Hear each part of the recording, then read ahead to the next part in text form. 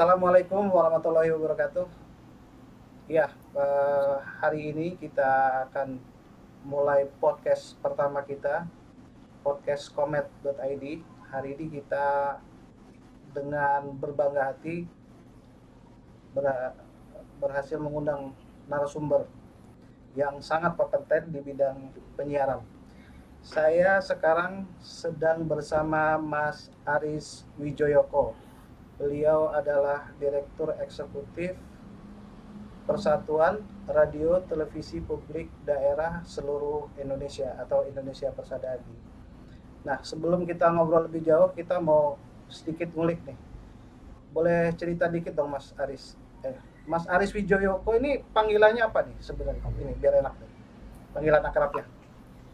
Ya, yang pertama terima kasih dulu lah. Saya jadi diundang jadi yang pertama gitu. Jadi ini podcastnya masih perawan. Jadi alhamdulillah gitu dapat dapat yang giliran yang pertama. Jadi terima kasih itu penghargaan. Panggilan dulu waktu siaran di zaman masih radio anak muda dulu banyak karena inisial nama lengkap saya Aris Widoyoko dipanggilnya AWE gitu. Sampai sekarang juga masih banyak yang panggil AW gitulah. Kurang lebih gitu. Jadi kita panggil Mas mungkin AW ya. Oke, boleh. Ya. Nah, boleh cerita dong Mas sedikit Mas AW. Awal mula terjun ke dunia broadcasting penyiaran itu sejarahnya gimana tuh?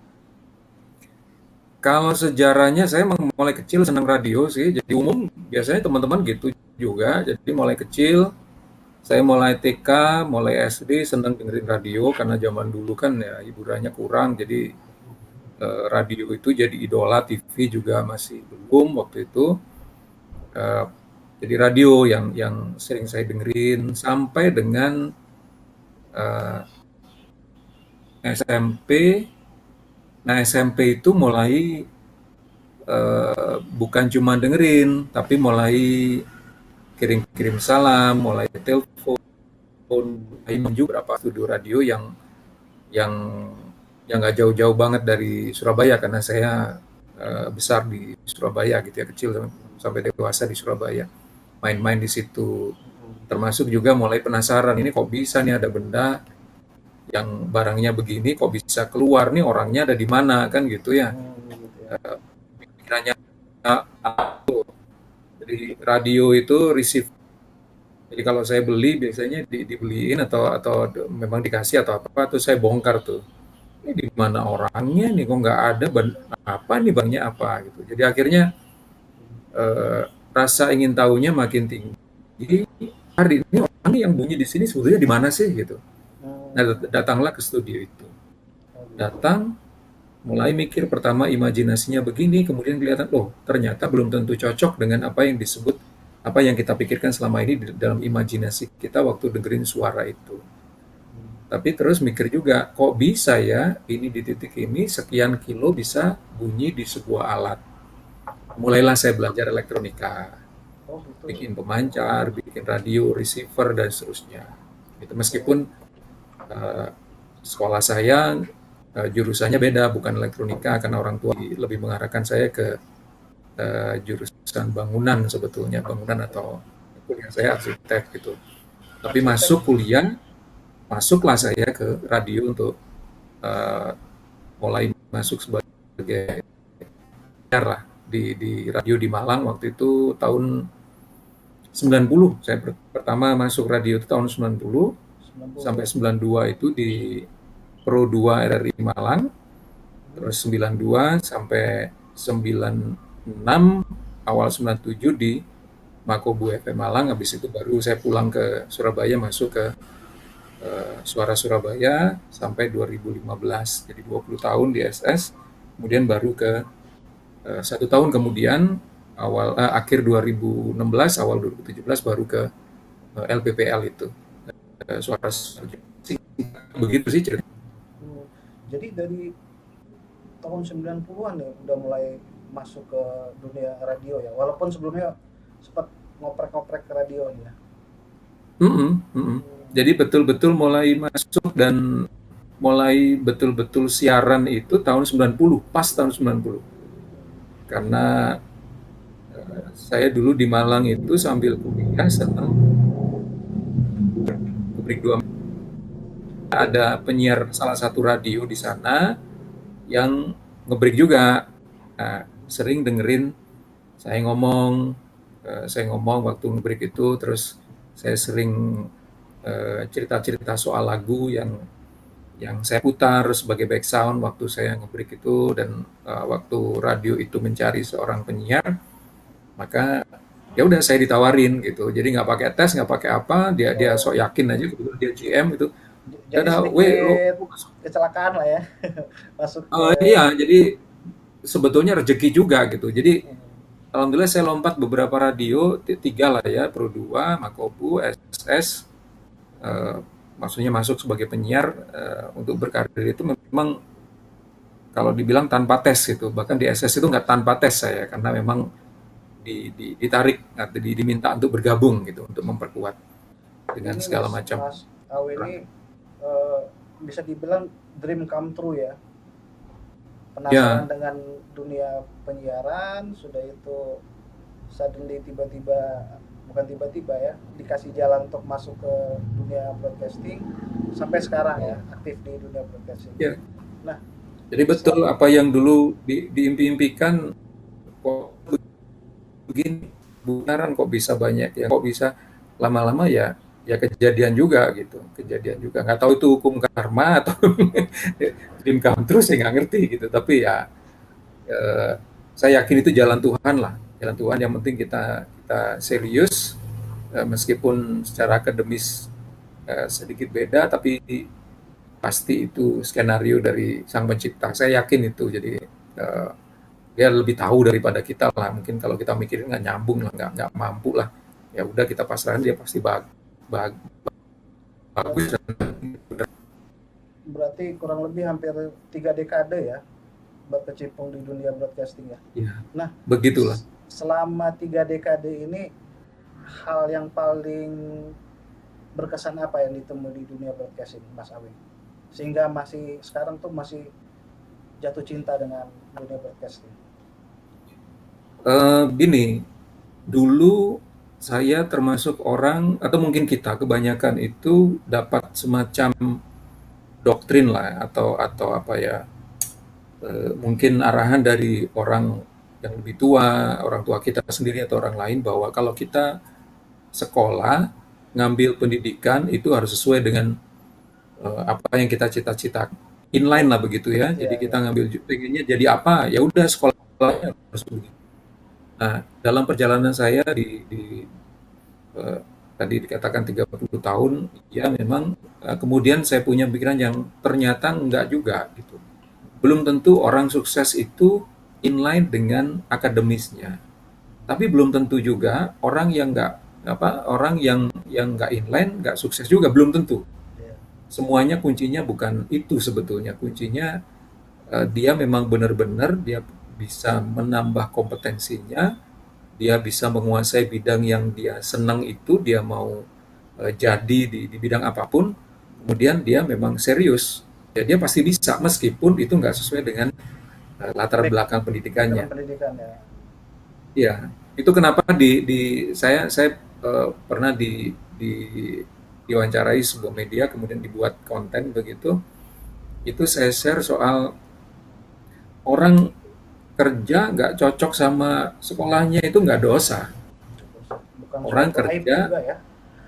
bukan sebuah aib, tapi bisa jadi itu memang Tuhan membuat kita menyiapkan skenario untuk kita dengan cara yang zigzag, bukan linear begitu. Mungkin kita dibelokkan ke sana kemari, tapi sebetulnya belok kanan kiri, naik turun itu sebetulnya menambah kompetensi kita di berbagai bidang. Kalau inline itu kan mungkin lurus, ya udah bidang itu kita mungkin jadi spesialis, bisa jadi kita Spesialis. ahli, tapi bisa jadi kita kita tidak mempunyai sedikit banyak referensi di bidang yang lain. Nah, Hmm. dalam pelajaran saya 30 tahun, saya rupanya dalam tanda kutip nih, diombang-ambingkan, di zigzag sana kemari, orang tua mintanya ke sono, saya punya hobi yang eh, sebetulnya bukan bukan bukan seperti yang dibilang cocok sama orang tua saya. Saya punya passion yang berbeda. Jadi kan antara hobi, passion, sama minat bakat itu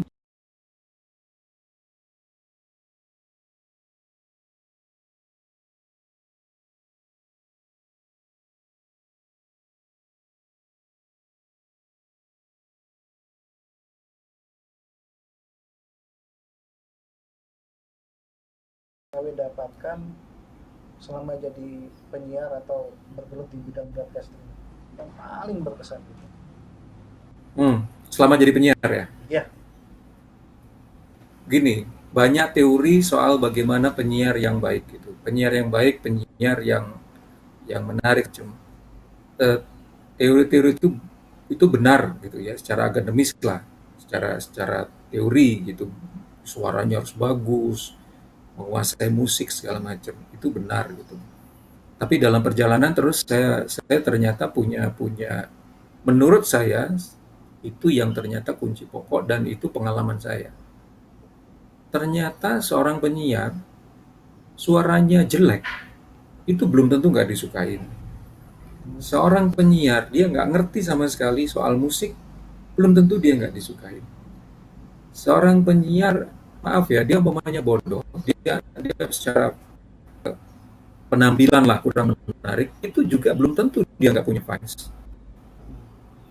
Karena saya punya punya contoh-contoh ya, saya teman sejawat lah di dunia radio. Maaf ya, ada yang punya kelemahan secara fisik, itu fansnya, tapi yang smart, suaranya golden voice segala macam. Tapi banyak juga yang benci banyak juga. Nah, dan itu akhirnya menjadi keyakinan saya sampai detik ini bahwa kunci suksesnya seorang penyiar itu sebetulnya adalah bagaimana dia bisa dekat dengan siapa yang dia layani. bisa dekat Jadi bagaimana dengan dia layani. bagaimana kita bisa pilih kami kita bisa terima oleh siapa yang kita ajak ngomong. Kalau itu satu persatu. Radio itu kan proximity dan kedekatannya dan akrab. Jadi sebetulnya kalau di berbagai teori kan ngomong di radio itu harus seperti kita ngomong sama satu orang, jangan kita ngomong secara massal karena radio itu personal gitu kan. Nah, kalau personal berarti saya sama sama seseorang yang di depan saya nggak kenal, tapi bagaimana caranya saya bisa membuat dia suka dengan saya. Kunci pertamanya adalah saya suka dulu sama dia. Kalau saya mau dia suka sama saya harus suka dulu sama dia, berarti saya harus membuka diri. Nah, kunci itu menjadi menurut saya sekali lagi, boleh boleh boleh ada yang nggak setuju nggak masalah. Tapi menurut saya dalam pengalaman saya itulah ternyata yang membuat seorang penyiar bisa banyak disukai meskipun dia punya banyak kekurangan. Kuncinya dia bisa akrab dengan pendengarnya dengan bagaimana. Jadi Secara komentar kayaknya mudah, tapi itu paling sulit sebetulnya, paling sulit. Kayak kayak kita mau deketin cewek lah ya dulu, makanya mau PDKT sama cewek. ya, Eh, Kenal juga belum, tapi ini kayaknya nih cocok nih cantik nih naksir. Aku gimana ya caranya bisa jadi suaminya dia gitu. ya. Itu kayaknya bisa bisa gue ganteng belum tentu juga tapi coba lihat ada juga orang lain yang maaf ya cowoknya atau ceweknya jelek tapi pasangannya cakep banget tuh kok bisa kan gitu ya yang jealous itu yang lihat gitu yang nggak terima Ya, salah loh mata lu sakit ya kok bisa lo ternyata ada sesuatu yang kita sendiri nggak tahu oh, yang membuat dia bisa klik satu sama lain. Nah, itu sebetulnya rahasia yang sampai detik ini membuat saya berkesan radio itu istimewa karena bisa menggugurkan berbagai macam teori, tapi sebetulnya prinsipnya adalah kita bisa disukai orang karena orang itu suka dengan kita. One on one dulu. one on Nah, one dulu. caranya bagaimana? Ya, one on one. Jadi jangan siaran terus sekian ribu banyak orang dengerin saya. ntar dulu, satu orang aja belum tentu kok. Bagaimana satu orang ini aja lah. Ya, ya. Caranya bagaimana? Kita harus tahu kunci-kuncinya. Dan itu bukan perkara yang mudah. Bukan perkara yang mudah. Kunci Saya pertama belanja, tadi membuka diri. Kunci iya, pertama tadi membuka saya diri. banyak belajar. Saya banyak belajar itu, Mas, waktu saya mulai masuk di Suara Surabaya.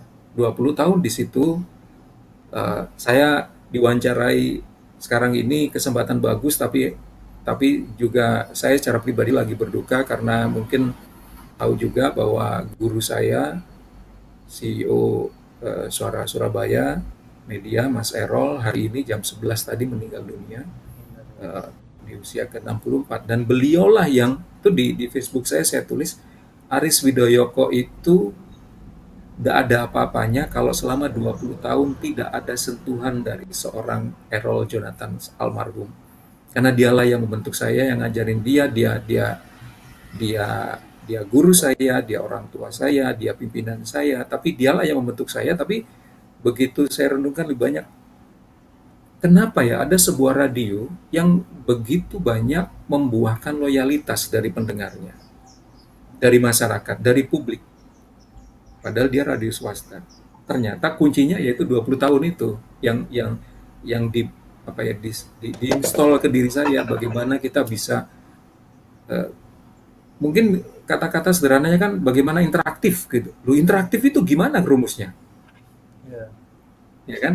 Karena sekarang interaktif dengan pendengar. Nanti dulu interaktif itu apa di dalam interaktif itu? Interaktif itu kan TikTok kita ngomong satu sama lain, ngobrol dengan pendengar. Nanti dulu bagaimana bisa ngobrol? Lah dia telepon aja enggan. Ya. Dia join aja males. Bagaimana caranya? Nah, rumus-rumus itu ternyata saya dapatkan selama 20 tahun itu. Dan itu adalah kunci bagaimana seorang penyiar radio, sebuah pendengar itu bisa terbangun dan sangat kuat. Karena kuncinya dia bisa membuat pendengarnya bukan cuma loyal, tapi istilah anak-anak ya cinta mati lah gitu ya, cinta mati. Jadi Kira-kira gitu kalau kalau yang istimewa. Kalau yang lain-lain yang mungkin yang ada agak guyon-guyonan ya banyak ya, ada pendengar yang ngasih saya mobil itu ada gitu, dijodohin sama anaknya ya ada, itu kan ya asik-asik aja lah gitu ya. ya. Jadi sebenarnya untuk dicintai tanda kutip Hmm. oleh fans, entah itu pendengar atau ya audiens secara keseluruhan, itu kembali ke penyiarnya dan radio itu sendiri ya. Dia ingin membentuk image seperti apa gitu ya Mas Awe. Kunci sederhananya, bukan kunci sederhana ya. Jadi kalau saya rangkum jadi satu kata saja, itu sebetulnya adalah empati. Empati. Empati. Ya. Eh, jadi kalau kita mau mau mau membuat orang lain suka dengan kita, kita menjadi penyiar yang disukai, penyiar yang dicintai, penyiar yang menjadi top of mind, penyiar yang dibela dah, yang dibela. Atau kayak tadi tuh saya ceritakan ada yang sampai beliin mobil dijodohin sama anaknya segala macam, atau bayar kalau makan udah dibayarin itu udah biasa lah, tapi kalau levelnya udah sampai mau dinikahin, dibeliin mobil, betul-betul dibeliin, tahu-tahu dikirimin gitu, itu kan Ya, bukan perkara yang sederhana. model bonek ya. Dan ternyata itu karena kita membangun gitu, membangun sekian lama. Nah, saya baru sadar ternyata itu kuncinya adalah empati itu tadi. Jadi bagaimana kita merasakan apa yang dirasakan orang yang ada di depan kita. Nah, Kita merasakan apa yang dia rasakan. nah ini kan Kita kita mengalami seakan-akan seperti apa yang dialami gitu. oh ya empati. Nah ini kan kita ngomong radio yang sudah bermetamorfosis dari zaman dulu sampai zaman kekinian nih. Nah, Heeh. kalau ngelihat kondisi sekarang nih, di tengah disrupsi teknologi, disrupsi informasi, ketika radio ini masih digaungkan sama teman-teman broadcaster, ini Hmm. perbedaan dari zaman dulu dengan sekarang sih ada nggak Mas Awe yang kira-kira harus kita tuning ulang nih sebagai seorang broadcaster gitu supaya ya Ya, tadi kalau kedekatan emosional itu tetap ada gitu.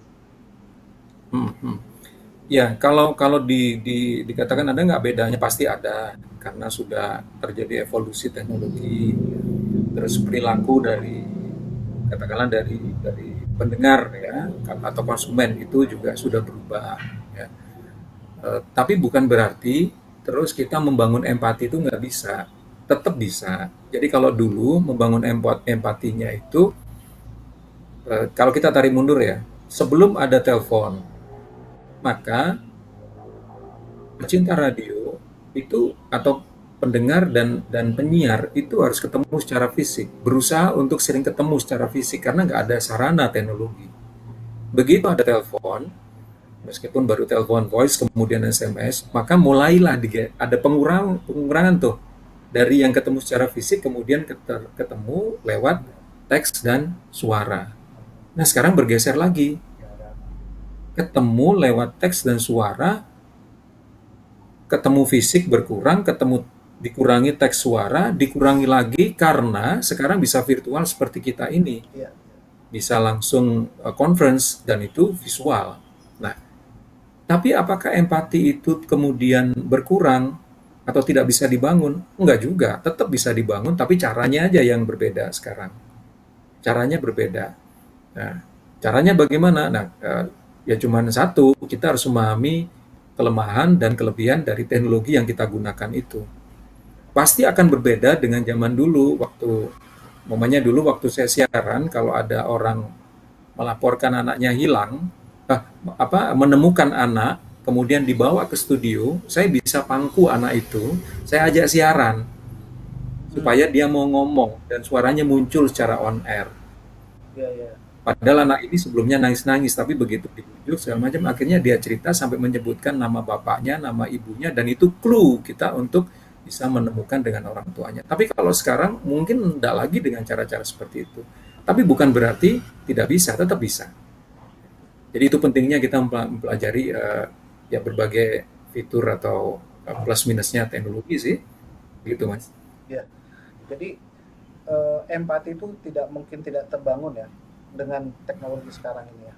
Nah, Ya, berarti ada tugas yang lebih berat dong ya buat broadcaster zaman sekarang. Karena kan ya, kalau dulu kita bisa flashback itu kan sumber informasi kan sedikit.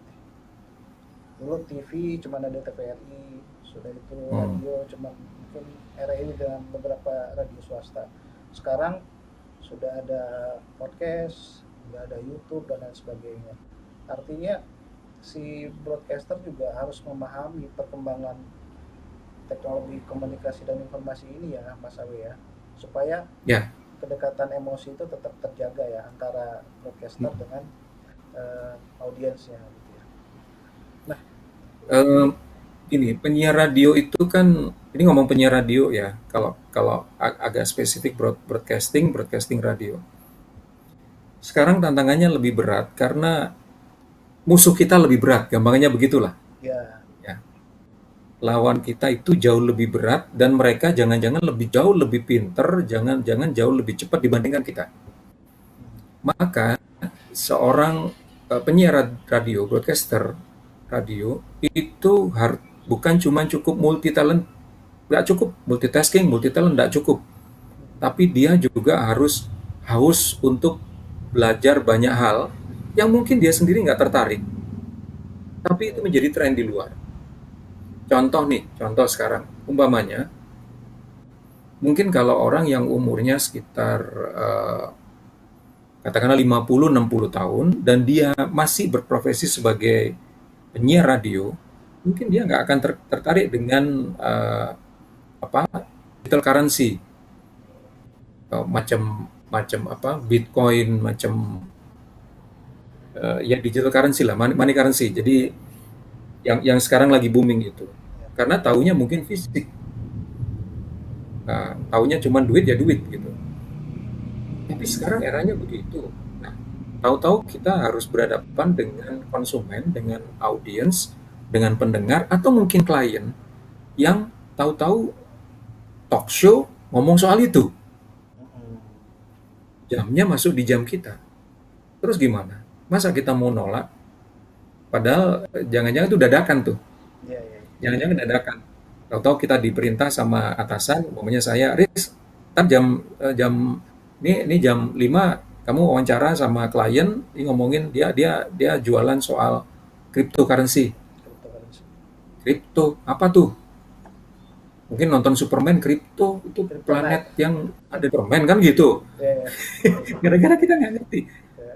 Masa terus, Pak, maaf Pak, jangan saya nggak ngerti apaan. Nggak bisa lagi. Karena penyiar nggak boleh menolak kalau sudah diperintah. Nah, sekarang tantangannya jauh lebih berat. Karena kita banyak hal yang kita sendiri belum sempat ngejar, kita baru belajar, dia udah lari duluan lebih kenceng lagi. Jadi orang, anak-anak sekarang sebetulnya kalau dia ingin menjadi broadcaster, radio, atau TV, sebetulnya tantangannya lebih berat. Sebetulnya loh.